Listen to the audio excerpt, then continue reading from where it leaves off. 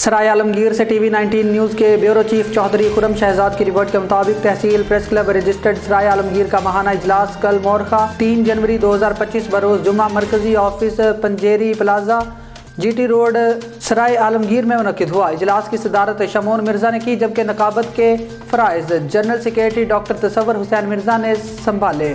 اجلاس میں گزشتہ سال کے تمام اجلاس کی توثیق کی گئی۔ اجلاس میں جنرل سیکریٹری نے 11 نکاتی ایجنڈا پیش کیا، جس پر مکمل ڈسکشن کے بعد فیصلہ کیا گیا کہ ایسے عہدیداران اور ممبران جن کے پاس نہ میڈیا پلیٹ فارم ہے اور نہ وہ فنڈ ادا کرتے ہیں اور نہ وہ اجلاس میں حاضری کو یقینی بناتے ہیں، ان سے فرداً ملاقات کے لیے ایک کوآرڈینیشن کمیٹی بنائی گئی ہے، جس کے چیئرمین ملک نواز علی اور ملک ظہور چودھری اس کے ممبر ہوں گے۔ کوآرڈینیشن کمیٹی کی سفارشات کے بعد آئندہ اجلاس میں ان ممبران کا فیصلہ ہوگا۔ ایسے ممبران آئندہ اجلاس تک اعلامیہ کو ہفتہ وار 3 نوٹسز تصور کریں۔ راجہ تنویر آفتاب نے کہا کہ ہمیں دفتر کا کرایہ خود ادا کرنا چاہیے، نہ کہ سرپرست اعلیٰ پر اس کا سارا بوجھ ڈالیں۔